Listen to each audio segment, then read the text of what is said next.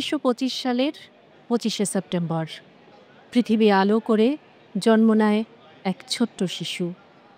বাবা-মা তার চোখে এক আলোকিত ভবিষ্যৎ দেখতে পেরেছিলেন। কিন্তু সৃষ্টিকর্তা ঠিক জেনেই পাঠিয়েছিলেন এই শিশু বড় হয়ে এক মহিরুহে পরিণত হবে। পৃথিবী সেটি জানতে পারে ধীরে ধীরে, একটু একটু করে।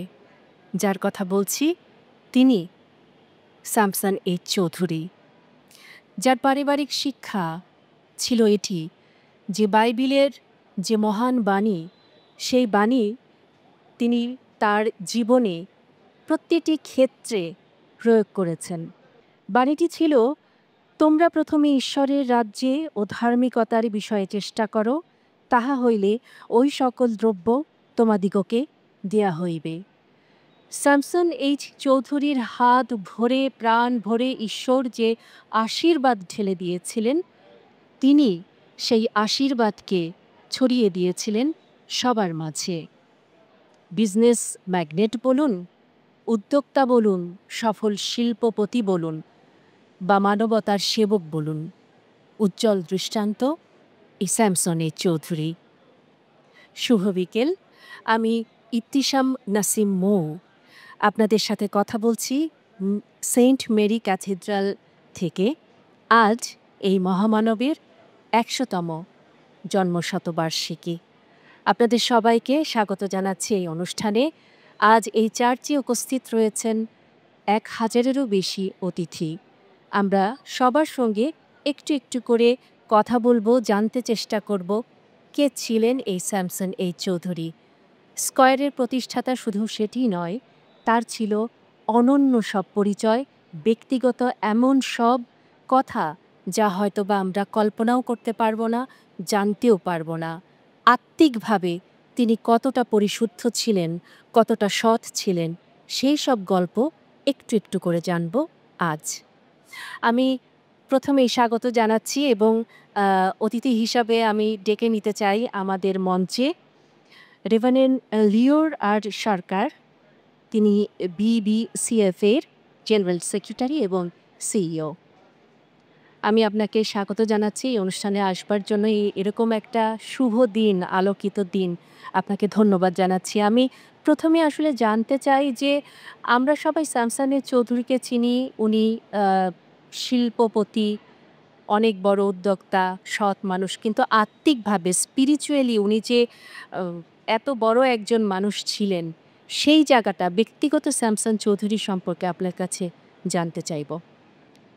স্যামসন এইচ চৌধুরীর একটা মূল্যবোধ ছিল। তিনি যেটা বিশ্বাস করতেন সেটা হচ্ছে যে ঈশ্বর কারো কাছে ঋণী থাকেন না, এবং তিনি আমাদের সমাজের জন্যে, চার্চের জন্যে সবসময় কমিটেড ছিলেন। এবং আমি দেখেছি এত ব্যস্ততা সত্ত্বেও তার সময় করে নেওয়াটা, এবং এটাই কমিটমেন্ট। এবং তিনি আসতেন, সাধারণ লোকদের সঙ্গে বসতেন এবং সাধারণ বিষয় নিয়ে আলোচনা করতেন। এমনকি আমি ওনাকে মাটিতে ম্যাট্রেসে বসে সাধারণ লোকদের সঙ্গে খেতে দেখেছি, এত বড় একজন শিল্পপতি হয়েও। এবং আমি নিজেও স্নেহধন্য, বিশেষ করে আমি যখন এই দায়িত্বে আসি, বিশেষ করে চার্চের নেতৃত্বে, এবং আমি দেখেছি যে আমার কিছু লিমিটেশন ছিল, যেহেতু অনেক অল্প বয়সে, মাত্র ২৯ বছর বয়সে একটি বড় চার্চের দায়িত্ব। এবং তিনি তখন উৎসাহ দিয়েছেন এবং সেই সঙ্গে সঙ্গে একটা কথা বলেছেন যে একসময় এই দায়িত্বে তিনি ছিলেন, ১৪ বছর চার্চকে তিনি নেতৃত্ব দিয়েছেন। তিনি তখন বলেছেন, আমি যদি পারি তুমিও পারবে, ও কেন পারবে না। এবং সেই থেকে এই দায়িত্ব নিয়েছি এবং পরবর্তীতে দেখেছি যে নতুন প্রজন্মে যখন নেতৃত্ব দেয়া হয়, তখন তাদের অনেক সাপোর্ট প্রয়োজন। এবং তিনি শুধু সাপোর্ট দেননি, তিনি প্রোটেক্ট করেছেন অনেক সময়। তো সেই বিষয়গুলো, সুতরাং আমি বলছি যে সমাজের হয়তো অনেকেই জানেন না, কিন্তু চার্চের প্রতি, খ্রিস্টিয়ান সমাজের প্রতি তার যে দায়িত্ববোধ, এবং আমাদের সমাজকে তিনি অনেক দূর নিয়ে এসেছেন। বিভিন্নভাবে সরকারি পর্যায়ে প্রতিনিধিত্ব করেছেন। অনেক জটিল, অনেক সমস্যা নিয়ে আমরা সরকারি পর্যায়ে যেতে পেরেছিলাম ওনার নেতৃত্বে বা ওনার উদ্যোগে। তো সেদিক থেকে আমরা সৌভাগ্যবান যে তিনি আমাদের জন্য আশীর্বাদ হিসাবে, আমাদের সমাজের জন্যে ঈশ্বরের উপহার হিসাবে আমরা পেয়েছিলাম। শুধু কাজ করে গেছেন একটি সুনির্দিষ্ট কমিউনিটির জন্য তা তো নয়। মানবতার সেবায় উনার যে অবদান, সেটা যে সকল ধর্ম বর্ণই হোক না কেন, তার যে অবদান সেটা তো অনস্বীকার্য। সাথে আরেকটি বিষয় আপনি বলছিলেন যে খুবই নিরহংকার মানুষ ছিলেন উনি। খুবই সাদামাটা জীবনযাপন করতেন। তো উনার যে স্পিরিচুয়াল জার্নি, এই জার্নিতে আসলে উনাকে উদ্বুদ্ধ করত কি? তাকে এত কি জিনিসটি তাকে উদ্বুদ্ধ করত যে নিরহংকার হও?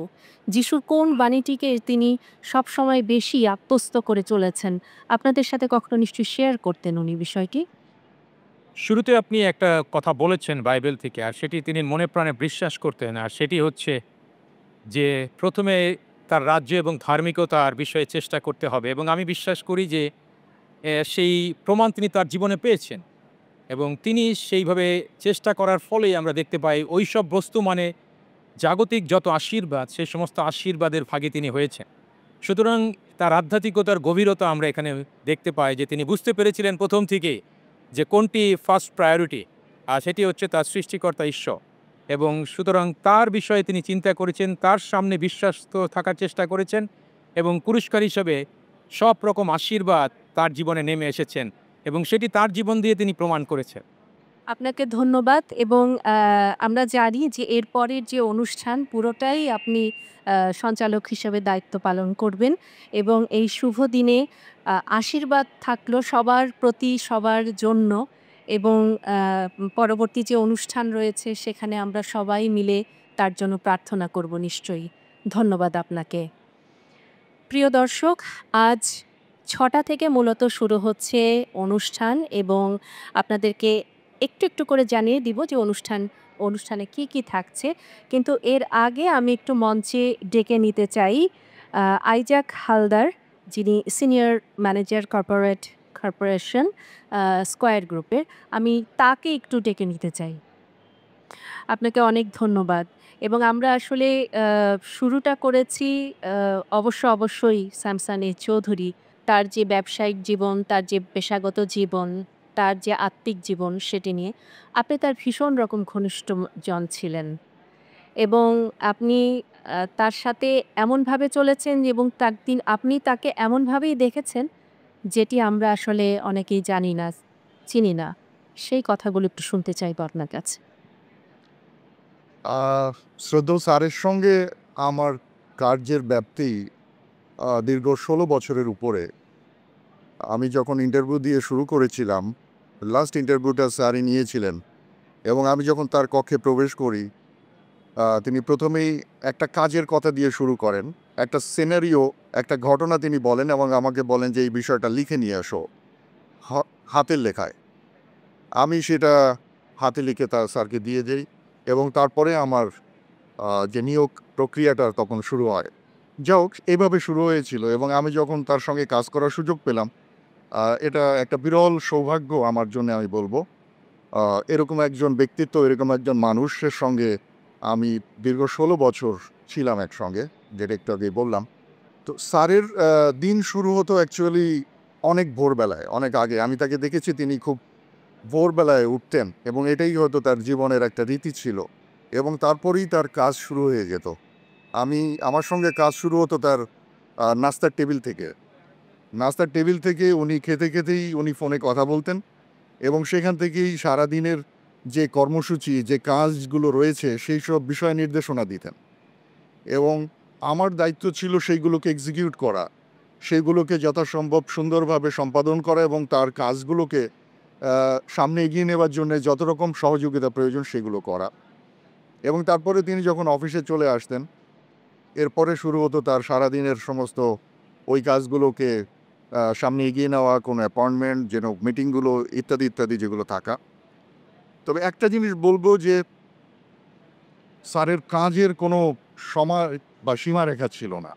তিনি বলতেন যে আমাদের কোম্পানিতে যারা executive, they are for 24 hours, এবং আমরা সেইভাবেই তার কাছ থেকে এই অভ্যাসটা পেয়েছি। কারণ তিনি তার জীবদ্দশায় আমি তার কাছে থেকে দেখেছি যে কোনো হয়তো চলে যাচ্ছেন অফিস থেকে, সেই মুহূর্তে আমাদের কোনো সহকর্মী এসে বলল যে স্যার এই বিষয়টার জন্য এসেছিলাম, ঠিক আছে কালকে আসি। স্যার বলতেন যে না, কালকে না, তুমি আসো, স্যার আবার ভিতরে গিয়ে ওনার রুমে গিয়ে সেই বিষয়টা আরও ভালো করে দেখতেন, বুঝতেন, হয়তো আরও 1 ঘন্টা তার সঙ্গে ব্যয় করে তিনি কাজটা শেষ করে চলে যেতেন।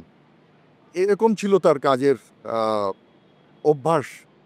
মানে অসম্ভব নিয়মানুবর্তিতা যেটাকে বলে কাজের ক্ষেত্রে। আমি ওই ব্যাপারটাই বলতে চাচ্ছি যে স্যারের যে নিয়মানুবর্তিতা, তার যে সময়ের প্রতি যে জ্ঞান এবং সময় মেনটেন করা, এটা ছিল আরেকটা দৃষ্টান্ত। একটা ঘটনার কথা বলি। স্যার তো বিভিন্ন সময়ে সরকারি বিভিন্ন প্রতিষ্ঠানে তার মিটিংয়ের জন্য যেতে হতো, সেক্রেটারিয়েটে যেতে হতো। এমনও সময় হয়েছে যে স্যার উপস্থিত হয়েছেন, হয়তো লিফটম্যানই এসে পৌঁছাননি, এরকম দৃষ্টান্ত আছে। আর এই যে সময়ানুবর্তিতা এবং তার ডিসিপ্লিন, আরেকটা জিনিস বলবো যে তার কাজ যে অর্গানাইজডভাবে করা।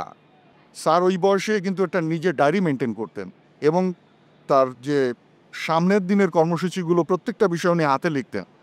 তার হাতের লেখা ইংরেজি বাংলা ছিল অসাধারণ, অসাধারণ সুন্দর, সৌন্দর্যমণ্ডিত, যেটা অনেক যুবক যুবতী ছেলে মেয়েদের মধ্যে হয়তো ওরকম সুন্দর লেখা পাওয়া যাবে না। এবং তার কথা বলা, তার যে দৈনন্দিন অভ্যাস, সকল কিছু মিলিয়ে সে একজন একটা পারফেক্ট একজন জেন্টলম্যান। এবং ব্যবসায়িক দিক থেকে তো নিশ্চয়ই অন্যান্যরা অনেক কিছু বলতে পারবে, জানে যে সরকারের পলিসি মেকিং যে ব্যাপারগুলো থাকে বাজেটের সময় বা তার আগে পরে, এই ব্যাপারগুলোতে স্যার অত্যন্ত সক্রিয় ভূমিকা পালন করেছেন এবং তার দূরদর্শিতা, প্রজ্ঞা এগুলো ব্যবহার করে বাংলাদেশের জন্য যে বিষয়টা, যে পলিসিটা নিলে ভালো হবে, উনি সেই বিষয়ে দিক নির্দেশনা দিয়েছেন। আমি আরেকটি বিষয় জানতে চাই, সেটি হচ্ছে যে পারিবারিকভাবে উনি ভীষণ রকম গোছানো মানুষ ছিলেন। উনি এবং স্কয়ারের যারা আছে, উনার গ্রুপের যারা আছে সবাইকেই উনি সন্তান তুল্যভাবেই দেখতেন। এবং আমরা মিসেস অনিতা চৌধুরী তাকে কিন্তু স্কয়ার মাতা বলি, মানে সন্তান তুল্য। এই যে পারিবারিকভাবে তার সন্তান রয়েছেন, যারা রয়েছেন তাদেরকেও তো একেকটি হীরা মানে এমনভাবেই বড় করেছেন। এই বড় করে তোলাটা, তাদের ভেতরের যে আদর্শগত দিকটি, এই জায়গাটা আপনার কাছে একটু জানতে চাই। স্যারের নিজের জীবন যেমন গোছানো ছিল, যেমন শৃঙ্খলার মধ্যে তিনি নিজের জীবনকে রেখেছিলেন, তেমনি তিনি পছন্দ করতেন তার সহকর্মী বা আমরা যার কোম্পানিতে যারা কাজ করছে, তার সন্তানের মতো যারা, তাদের কর্মপদ্ধতি, তাদের লাইফটা ওরকম ডিসিপ্লিনড হবে। এবং পরিবারের মধ্যে যে শিক্ষাটা তিনি দিয়েছেন স্কয়ার মাতা এবং স্যার মিলে, সেটাই কিন্তু ছেলে মেয়ে এবং তার পরবর্তী জেনারেশন এবং অনেকাংশেই আমাদের অফিসে কর্মচারীদের মধ্যে সেটা প্রবাহিত হয়েছে, সেটা সঞ্চারিত হয়েছে। কারণ একজন লিডার যখন যে পথে যান বা যেটা করতে চান, ফলোয়াররা বা জুনিয়ররা কিন্তু সেরকমভাবেই তাদের জীবনটা শুরু করে। এজন্যে আমি বলবো যারা স্কয়ারে যারা কাজ করছেন, যারা কর্মচারী কর্মকর্তারা রয়েছেন, তারা এই শিক্ষাটা পেয়েছেন স্যারকে যারা দেখেছেন। এবং এখনও আমাদের যারা এখনকার বর্তমান যে স্যাররা রয়েছেন, তারাও কিন্তু এই প্র্যাকটিসটাই ধরে রেখেছেন। শৃঙ্খলা বোধ, ডিসিপ্লিন, ইন্টিগ্রিটি, এই সততার প্র্যাকটিসটা স্কয়ার গ্রুপে বিদ্যমান, যেটা বাইরের লোকেরা তারা জানে। এবং এটি তো প্রমাণিত। সেটি হচ্ছে যে আমরা সর্বোচ্চ করদাতা হিসেবে, প্রতিষ্ঠান হিসেবে, ব্যক্তি হিসেবেও কিন্তু স্কয়ার এমন একটি সম্মানজনক অবস্থায় আছে। তিনি যে জিনিসটি সবসময় ফলো করতেন, যে সততা। অনেকের মধ্যে হয়তোবা সততা নিয়ে কিছুটা কনফিউশন থাকতে পারে যে সততা দিয়ে আর যাই হোক ব্যবসা চলে না। কিন্তু উনি তো এই সব নিয়মের সম্পূর্ণ ঊর্ধ্বে ছিলেন। একেবারেই এই কথার সাথে উনি একমত ছিলেন না। সেই বিষয়টি একটু জানতে চাই। স্যার তার জীবন এবং তার প্র্যাকটিস দিয়ে এটা প্রমাণ করে গেছেন যে সততার সঙ্গে ব্যবসা পরিচালনা করা যায়। এবং বাংলাদেশের মতো একটা দেশে ওনার উপরে এক ভদ্রমহিলা একটা বই লিখেছিলেন যে গড ওজ নাথিং টু এনিবডি, এবং সেটা স্যারের উপরেই লিখেছিলেন। একজন খ্রিস্টিয়ান ব্যক্তি হয়ে বাংলাদেশে যে সৎভাবে ব্যবসা পরিচালনা করা যায়, তার প্রকৃষ্ট উদাহরণ ছিলেন স্যামসন এইচ চৌধুরী। তিনি তার জীবনে সততা প্র্যাকটিস করেছেন, তিনি তার ব্যবসায় সততা প্র্যাকটিস করেছেন, যেটা আমাদের মূলধন। স্কয়ার পরিবারের মূলধন, স্কয়ার গ্রুপের মূলধন হচ্ছে এই সততা, যেটা অন্যান্য বাংলাদেশের অন্য সবাই সেটা স্বীকার করে।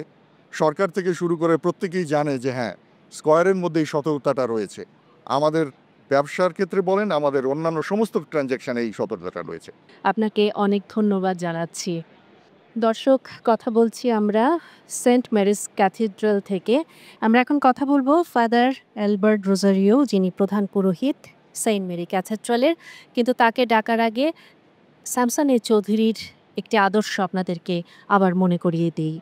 তিনি সবসময় নীরবে দান করেছেন এবং দানের ক্ষেত্রে বাইবেলের একটি পংক্তি তিনি তার জীবনে আদর্শ করে রেখেছিলেন, একেবারে আমৃত্যু। সেটি ছিল, তোমার ডান হাত কি করছে তা যেন তোমার বাম হাত না জানে। এই আদর্শ যিনি একবার ধারণ করেন, যিনি একবার ছড়িয়ে দিতে পারেন, তিনি কোন পর্যায়ে যেতে পারেন এবং কত কিছুর ঊর্ধ্বে উঠে যেতে পারেন, সেই বিষয়ে আমরা জানতে চাইব ফাদার অ্যালবার্ট রোজারিওর কাছে।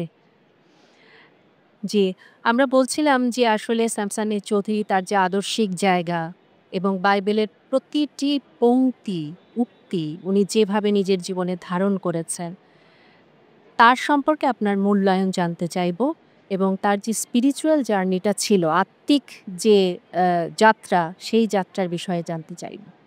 অনেক ধন্যবাদ। আজকে আমরা অনেক আনন্দ সহকারে বিপুল উৎসাহ উদ্দীপনার মধ্য দিয়ে এবং বিশাল একটা প্রস্তুতির পর স্কয়ার পরিবারের যিনি প্রধান, যিনি স্বপ্নদ্রষ্টা, যিনি প্রতিষ্ঠা করেছেন, সেই পরম শ্রদ্ধেয় প্রয়াত স্যামসন চৌধুরীর শতবর্ষ পূর্তি পালন করছি। আমাদের আর্চবিশপ হাউসের পরিবার এবং সেন্ট মেরিস ক্যাথিড্রাল রমনা, যেখানে আমরা আছি, আমাদের পক্ষ থেকে তার বিদেহী আত্মার চিরকল্যাণ কামনা করি এবং তিনি যেন স্বর্গে থাকেন সেজন্য আমাদের প্রার্থনা। এবং তার পরিবারে যে তার ছেলে মেয়ে এবং অন্যান্য পরিবারের নাতি নাতনি যারা পুত্রবধূগণ আছেন, সবার প্রতি এই জন্মদিনের অনেক অনেক শুভেচ্ছা। এবং স্যামসন চৌধুরীর সবচেয়ে প্রিয় জায়গা হলো আমাদের এই রমনা সেন্ট মেরিস ক্যাথিড্রাল। এবং আমাদের প্রয়াত আর্চবিশপ মাইকেল যখন বড় বড়, যেহেতু এটা হেডকোয়ার্টার, অনেক ন্যাশনাল ইন্টারন্যাশনাল অনেক সমস্যাও আছে, ভালো আছে, যখন বড় বড় সমস্যায় পড়তেন আর্চবিশপ মাইকেল স্যামসন চৌধুরীকে সঙ্গে সঙ্গে ফোন করতেন এবং উনি এসে অনেক সুন্দরভাবে আর্চবিশপকে পরামর্শ দিতেন। তাই তাকে আমি মনে করি আমাদের একটা বটগাছের মতো আমাদের ছায়া দিয়ে রেখেছেন। এবং আমি অনেক খুশি যে তিনি মারা যাওয়ার পরে তার সন্তানগণ আমাদেরকে ভুলে যায় নাই। আমাদের এই চার্চে তাদের অনেক অবদান।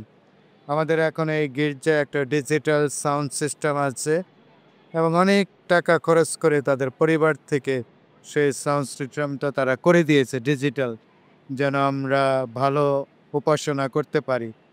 এবং আমাদের কিছু ওয়াশরুম, আঙ্গিনার সমস্যা আছে। এই জন্মদিনকে কেন্দ্র করে তার পরিবার থেকে অনেক সুন্দরভাবে সব কিছু করে দিয়েছেন। তাই তার পরিবারে যারা সন্তানগণ আছেন তাদেরকে অনেক ধন্যবাদ জানাই। এবং আমার অনেক সৌভাগ্য যে স্যামসন চৌধুরী যখন মারা গেলেন, তার অন্ত্যেষ্টিক্রিয়া আমাদের এই গির্জায় হলো অনেক মানুষের উপস্থিতিতে। তখন আমি এই গির্জায় ছিলাম।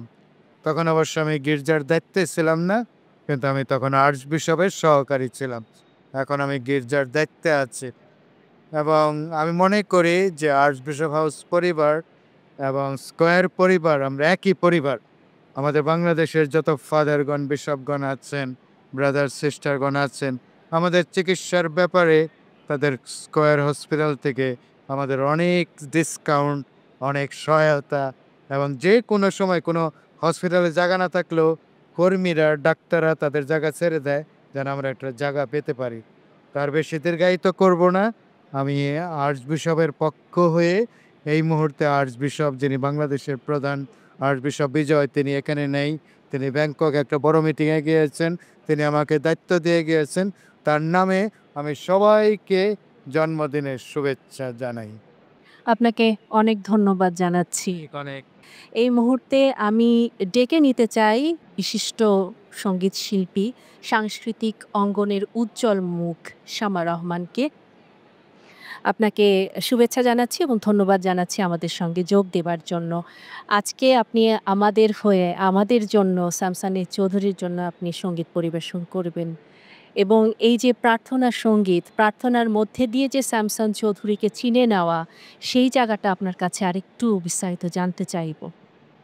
আজকের এই অসাধারণ একটি অনুষ্ঠান, আমাদের স্যামসন এইচ চৌধুরীর আজকে শতবার্ষিকী, জন্ম শতবার্ষিকী। আজকে আমি এখানের এই অনুষ্ঠানে আমন্ত্রণ পেয়ে আমি ভীষণ কৃতজ্ঞ আয়োজকদের কাছে এবং আমার আন্তরিক ধন্যবাদ জানাই। স্যামসন চৌধুরী আসলে এত বড় মাপের একজন মানুষ ছিলেন, অথচ মানুষের খুব কাছাকাছি। তাকে সে সবসময় মানুষের কথা ভেবেই তার ব্যবসা জীবনের যা করার করেছেন, এবং এমন মানুষের আসলে মৃত্যু হয় না। আমরা দেখি রবীন্দ্রনাথ বলেছেন, তখন কে বলে গো সেই প্রভাতে নেই আমি, সকল খেলায় করবে খেলা এই আমি। তো এটা বলতে চাই যে মানে তার কাজের মধ্যে দিয়ে তাকে সবাই মনে রাখবে এবং অনুসরণ করবে তাকে। আগামীর যারা আমাদের ছেলে মেয়ে, এত বড় একজন মানুষের তার যা প্রাপ্তি আর আমাদের জন্য যা করে গেছেন, আমি মনে করি যে এটা একটা মানে অসাধারণ পাওয়া আমাদের, এবং উনি চিরকাল স্মরণীয় হয়ে থাকবেন আমাদের কাছে। এবং শুধুমাত্র সেটি না, যে শিল্প চর্চার যে ক্ষেত্র, ব্যবসায়িক ক্ষেত্র তো আছেই, কিন্তু শিল্পকে কিভাবে ব্যবসার সাথে একসাথে করে সুন্দরভাবে একটা মিশ্রণ করা যায়, মিথস্ক্রিয়া করা যায়, সেটিও তো উনি দেখিয়েছেন। এবং পরবর্তীতে উনার সন্তানরা রয়েছেন, তারাও তো ওই শিল্পক্ষেত্রে অনবদ্য অবদান রাখছেন। অবশ্যই মানে তার যেসব কাজ করে গেছেন, তার তার ছেলেরা, তার সন্তানেরা বলবো যে তারা কিন্তু তাদের মতো করে এবং খুবই উন্নত মানের, যাই দেখি আজকাল আমরা ব্যবহার করি খুব মায়ার প্রোডাক্ট, অসাধারণ। একটু বিদেশের সাথে যে কোনো দেশের সঙ্গে আমার মনে হয় এটা তুলনা করা যায়, এবং তারা সে চেষ্টা কিন্তু করে যাচ্ছে অবিরামভাবেই। আপনাকে অনেক ধন্যবাদ, এবং আপনার প্রার্থনা সঙ্গীত শুনবার জন্য আমরা অপেক্ষা করছি। অশেষ ধন্যবাদ। দর্শক, স্মৃতিচারণ করছিলেন সঙ্গীতশিল্পী শামা রহমান। আমি আসলে জানতে চাইব যে স্যামসন এইচ চৌধুরী, ব্যবসায়িক স্যামসন এইচ চৌধুরী, মানুষ স্যামসন এইচ চৌধুরী, এবং আত্মমানবতার যে সেবক সেই স্যামসন এইচ চৌধুরী, এই ৩ স্যামসন এইচ চৌধুরী মিলেমিশে একাকার হয়ে যে এক মহামানব ছিলেন, তার বিষয়ে জানতে চাই। Thank you. আমার নাম কাসেম, আমি নিউ এজ গ্রুপ অফ ইন্ডাস্ট্রিজের চেয়ারম্যান। স্যামসন ভাই আমার অনেক পুরনো বন্ধু, বয়সে আমার থেকে অনেক বড় ছিলেন উনি, প্রায় ১৬ বছরের বড়, কিন্তু সেটা বন্ধুত্বে কোনো বাধা সৃষ্টি হয়ে দাঁড়ায়নি। স্যামসন ভাই অত্যন্ত সরল একটা ব্যক্তিত্ব ছিলেন, অত্যন্ত নিষ্ঠ এবং অধ্যবসায় অত্যন্ত প্রবল, যার জন্য অত্যন্ত একটা ছোট অবস্থান থেকে এক জীবনে উনি যা অর্জন করেছেন তা একেবারে একটা মানে অবাক হওয়ার ব্যাপার। বন্ধু হিসাবে উনি অত্যন্ত প্রাণবন্ত বন্ধু ছিলেন। যেটা বলছিলাম, আমাদের বয়সটা কোনো দিনে বাধা হয়ে দাঁড়ায়নি। আমরা একসঙ্গে অনেক জায়গায় একসঙ্গে ভ্রমণ করেছি, ইউরোপে, জাপানে, কোরিয়াতে, এবং সবসময় বড় ভাইয়ের মতোই তিনি আমাকে আদর করে গেছে। ব্যবসায়ী হিসাবে যে দূরদৃষ্টির দরকার, সেটা স্যামসন ভাইয়ের অত্যন্ত প্রখর ছিল, এবং প্রত্যেকটা ইন্ডাস্ট্রি তিনি যে সেট আপ করেছেন তার দূরদর্শিতার প্রমাণ সেখান থেকেই পাওয়া যায় যে তার প্ল্যানিংয়ে কোনো একেবারে নিখুঁত ছিল। নর্মালি একটা ইন্ডাস্ট্রি করতে গেলে যে পরিমাণ জায়গার প্রয়োজন হয়, তার থেকে অনেক বেশি জায়গা তিনি একবারই নিয়ে রাখতেন। তার কারণ হলো ভবিষ্যৎ এক্সপ্যানশনটা তার মাথায় সবসময় ছিল। আরেকটা জিনিস, এটা অবশ্য বৌদির ক্রেডিট, উনি তার শ্রমিকদের দুপুরবেলা খাওয়ার বন্দোবস্ত করতেন। এটা একটা রেয়ার একটা ইস্যু। দেখতে দেখতে তো প্রায় ১৩ বছর পার হয়ে গেল, উনি চলে গেছেন। এখনও ওনাকে মিস করি। ওনার ছেলেদের সঙ্গে আমার যোগাযোগ পূর্ণ আছে, আমাকে চাচা বলে অত্যন্ত শ্রদ্ধা করে। তপন বিশেষ করে তো আমার একেবারে গল্ফিং বাডি, সকালবেলা আমরা একসঙ্গে গল্ফ খেলি। তো আমি আশা প্রকাশ করি যে তার ছেলেদের নেতৃত্বে তিনি যে বিশাল ব্যবসা প্রতিষ্ঠান রেখে গেছেন তা উত্তরোত্তর উন্নতি হোক এবং আল্লাহ তাকে বেহেশতে নসিব করুন এবং চির শান্তি দেন। আমি ছোট্ট করে একদম ছোট্ট করে জানতে চাইবো যে উনি যে বলতেন যে সততার ঊর্ধ্বে আর কিছু নেই। সততা অনেক বড় একটা অস্ত্র বা হাতিয়ার বা যাই হোক না কেন। ব্যবসা ক্ষেত্রে সততার মূল্য নেই এইরকম একটা চিন্তাধারা একটা প্রচলিত আছে। কিন্তু উনি এই প্রচলিত ধারার কখনো ধারই ধারেননি। এই জায়গাটাকে আপনি কিভাবে দেখেন? অ্যাকচুয়ালি ব্যবসার ক্ষেত্রে আমাদের মতো ডেভেলপিং কান্ট্রিতে সততা একটা বিরল দৃষ্টান্ত। খুব একটা সততা দেখা যায় না ব্যবসায়ীদের। আমার বন্ধু-বান্ধবদের ভিতরে আমি দেখেছি বেশ কয়েকজন, স্যামসন ভাই, তারপরে ট্রান্সকম গ্রুপের লতিফুর রহমান, এরা সব সততার একটা বিশাল দৃষ্টান্ত রেখে গেছেন। এবং সততা, নিষ্ঠা, অধ্যবসায় ৩টা জিনিস আমি বলছি। প্রত্যেকেই একটা নিজে নিজে একটা এক্সাম্পল হিসাবে আমাদের জন্য রেখে গেছে, অনুকরণীয় এক্সাম্পল হিসেবে। জি, ধন্যবাদ আপনাকে। আমার নাম আনিসে খান। আমি আঙ্কেল স্যামসন চৌধুরী চেয়ারম্যান ছিলেন, তখন উনি আমাকে ওখানে নিয়ে যান। আমি ম্যানেজিং ডিরেক্টর অ্যান্ড সিইও ছিলাম 2009 সাল থেকে 2012 সালের জানুয়ারির 5 তারিখ পর্যন্ত পেয়েছিলাম। তারপর আমি আরও 19 সালে ওখান থেকে রিটায়ার করেছি। আমি চেয়ারম্যান ব্যাংকার্স অ্যাসোসিয়েশনের ছিলাম। তো আজকে একটা বিরাট দিন। আমি আঙ্কেল স্যামসন চৌধুরীই বলি, অন্য কিছু আমার পক্ষে বলা সম্ভব না। উনি আমার পিতৃতুল্য। উনি আমাকে অনেক ভালোবাসতেন, ছেলের মতোই ভালোবাসতেন। এবং সবাই এই যে তপন চৌধুরী, অঞ্জন চৌধুরী, স্যামুয়েল চৌধুরী সবসময় বলে যে আমার আব্বার চতুর্থ সান। তো উনি অনেক আদর করেছেন, বকা দিয়েছেন, তিরস্কার করেছেন, গাইড করেছেন, মেন্টর করেছেন। ওনার জন্য সম্ভব হয়েছিল 11 বছর প্রায় ছিলাম এমটিভিতে।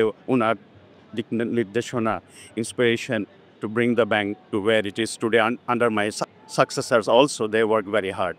তো ওনার আত্মার মাগফিরাত কামনা করছি। উনি যেন ব্যস্ত অনেক ব্যস্ত পার্মানেন্টলি। তার কথা বলতে গিয়ে স্মৃতিচারণ করতে যেয়ে আপনি চোখে পানি চলে আসছে। তো এই চোখে পানি চলে আসার পেছনে আসলে কতটা স্নেহ, কতটা অভিভাবকত্ব কাজ করে? উনি অনেক সিনসিয়ার ছিলেন এবং উনি আমাকে 7টার সময় ফোন করতেন প্রায় ডেইলি। কী করো অফিসে? বলে যে কাজ করছে। বলে বাসায় যাও, তোমার বউ অপেক্ষা করছে।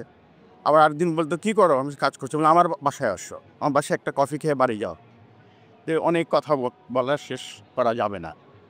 ধন্যবাদ জানাচ্ছি আপনাকে এবং আমরা সবাই মিলে নিশ্চয়ই আ যোগ দিব, তার জন্য প্রার্থনা করব। জি, ধন্যবাদ আপনাকে। দর্শক, আমাদের অনুষ্ঠান প্রায় শুরু হয়ে গিয়েছে। প্রার্থনা সঙ্গীতে রয়েছি। কিন্তু আমি এখানে রয়েছি, যারা সম্মানিত অতিথি রয়েছেন, তাদের কাছ থেকে একটু জানবার জন্য। আমাদের সঙ্গে এখন রয়েছেন কার্ডিনাল প্যাট্রিক ডি রোজারিও, দেশের খ্রিস্টান সম্প্রদায়ের সবচেয়ে যিনি সম্মানিত ব্যক্তি আমাদের মাঝে আছেন।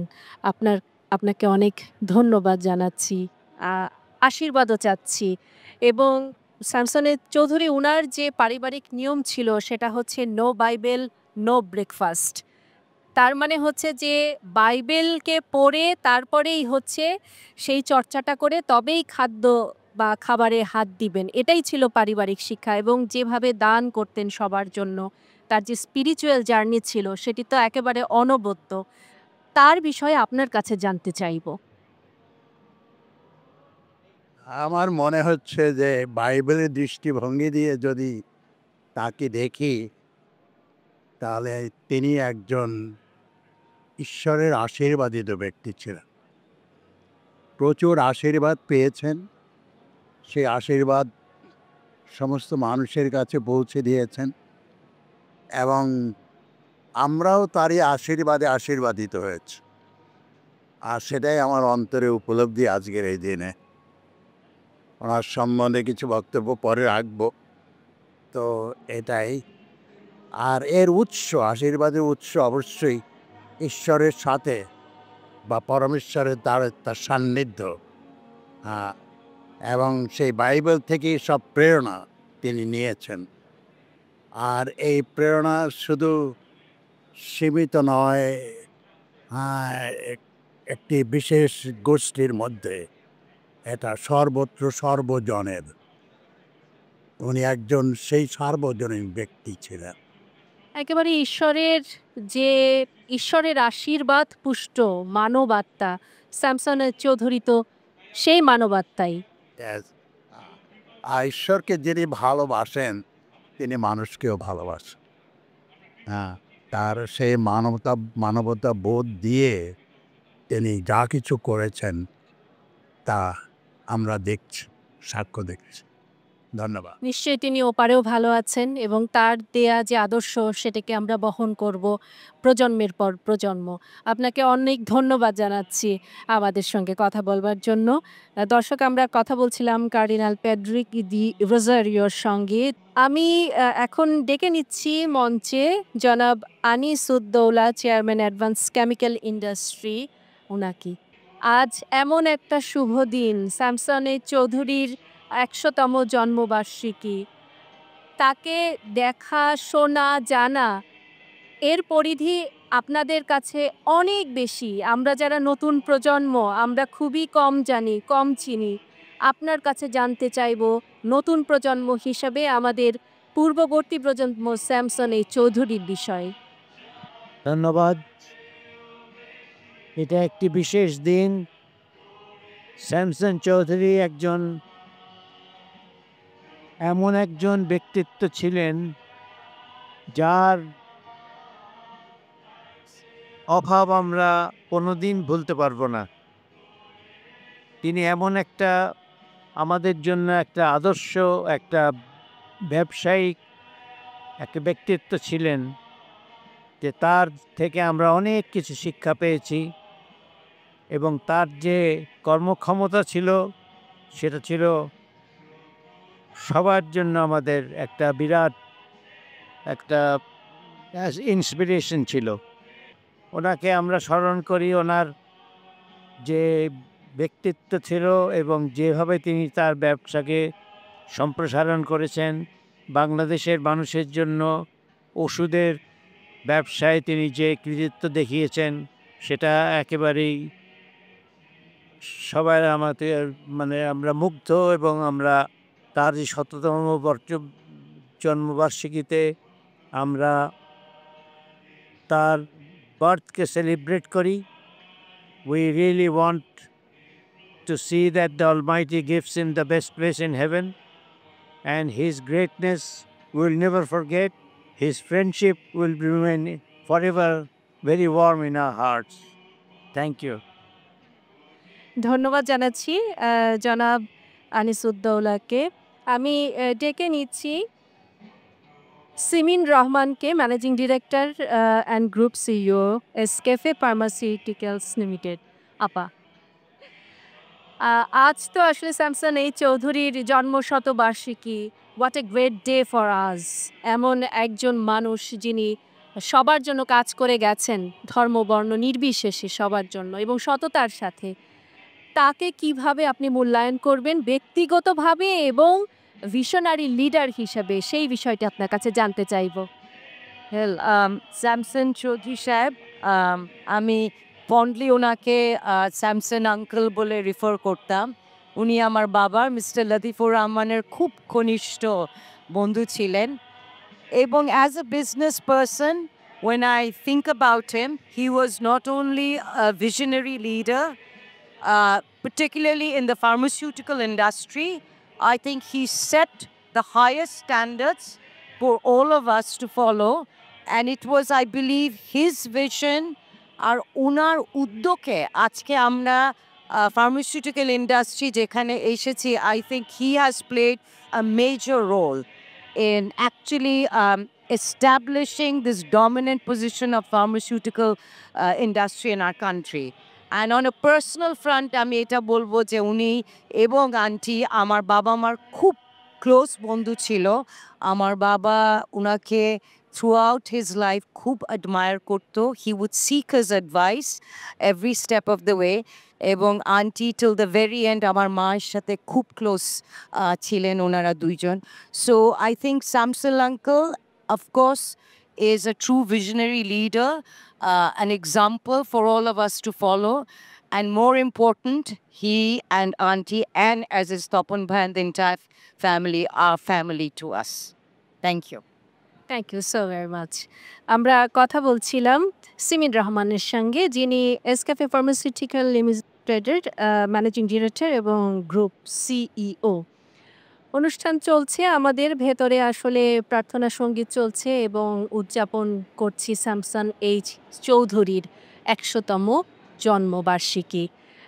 সবাইকেই আমরা চিনি, সবাইকেই জানি, কিন্তু তারপরেও আমাদের দর্শকদের উদ্দেশ্যে যদি আপনার ছোট্ট একটু নাম বলে পরিচয় দিয়ে তারপরে আমরা স্যামসন এইচ চৌধুরীর স্মৃতিচারণে চলে যাব।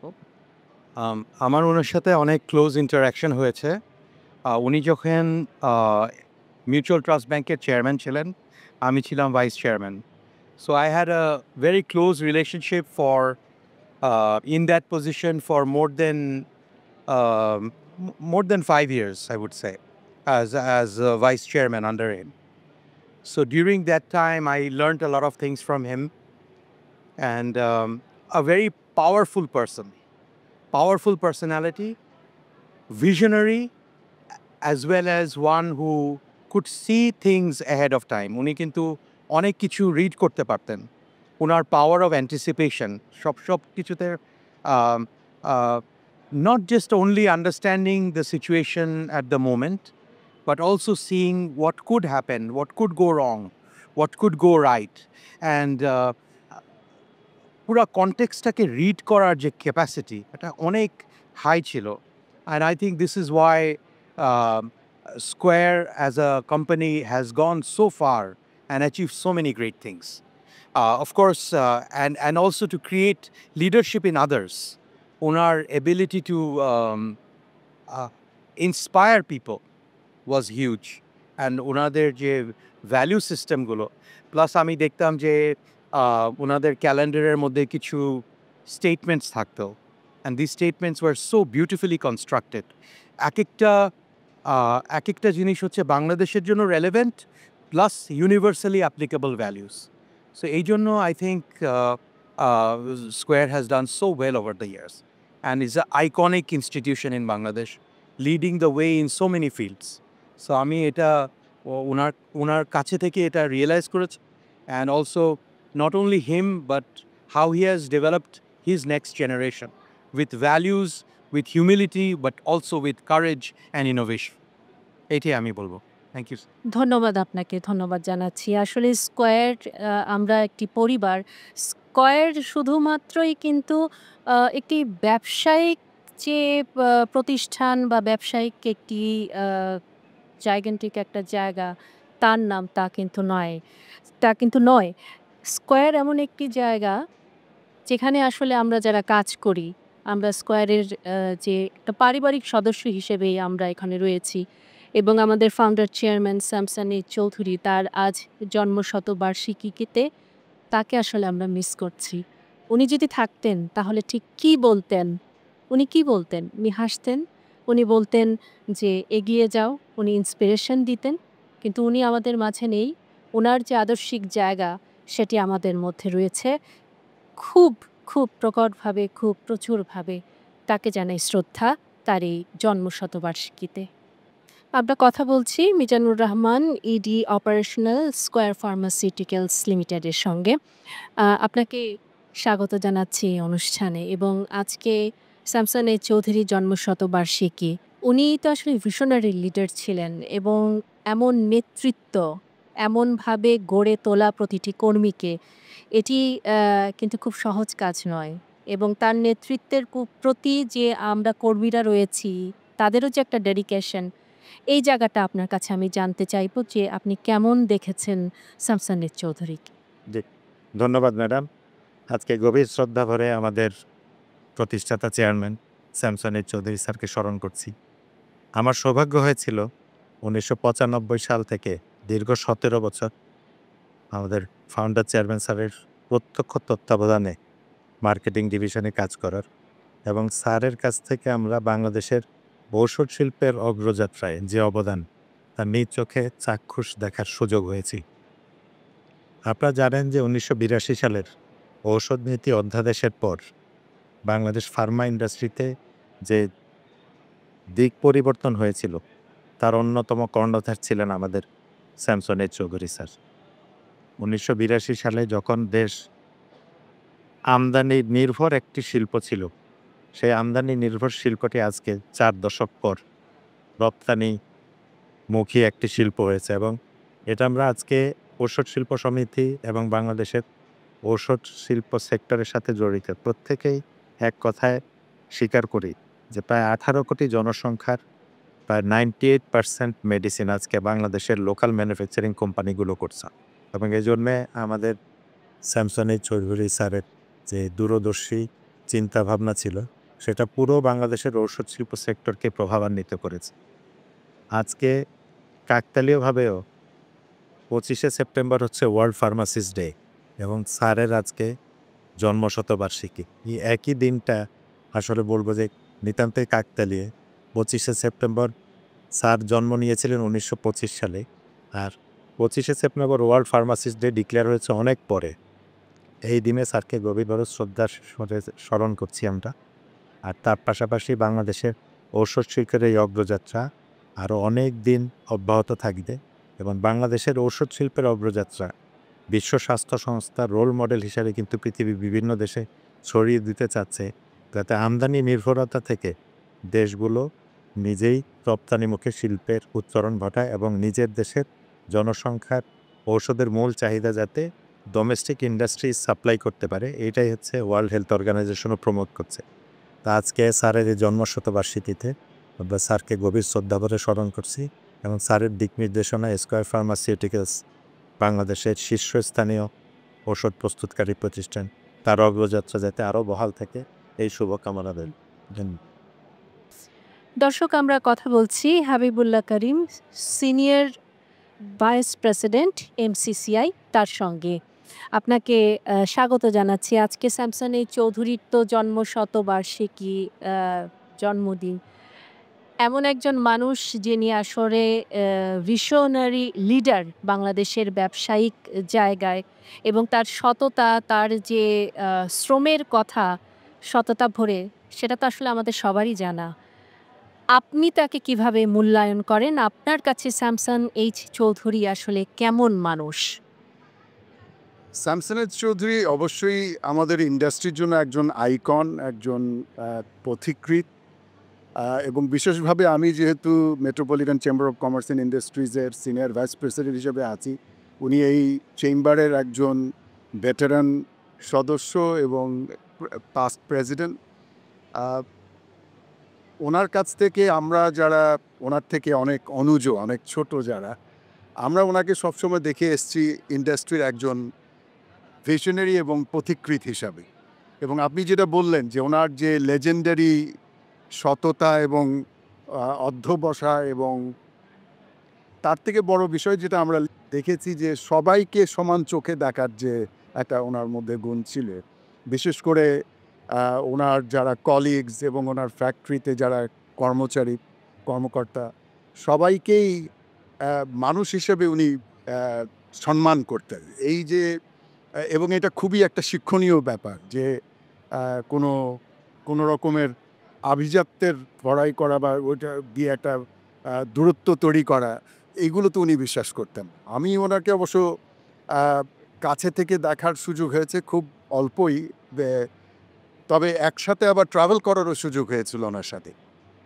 এবং সেখানে আমি দেখেছি যে সবার বিষয়েই কিভাবে উনি তদারকি করতেন বা সবার ব্যাপারেই উৎকণ্ঠিত থাকতেন, সবার ভালো মন্দ দেখার বিষয়ে, সে যেই হোক, তার সাথে অল্প পরিচয় হোক বা বেশি পরিচয় হোক।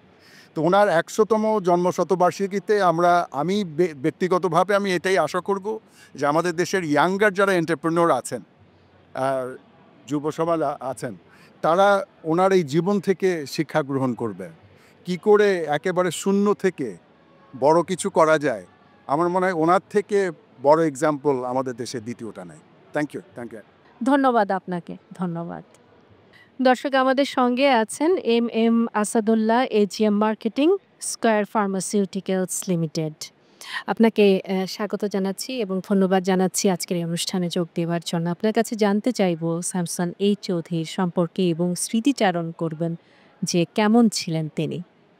সবচেয়ে বড় কথা হলো যে আমি স্কয়ারেই কর্মরত আছি যখন স্টুডেন্ট ছিলাম যখন ফার্মাসি পড়তাম তখন একটা স্বপ্ন ছিল যে জীবনে একবার হলে এই লোকটাকে দেখব।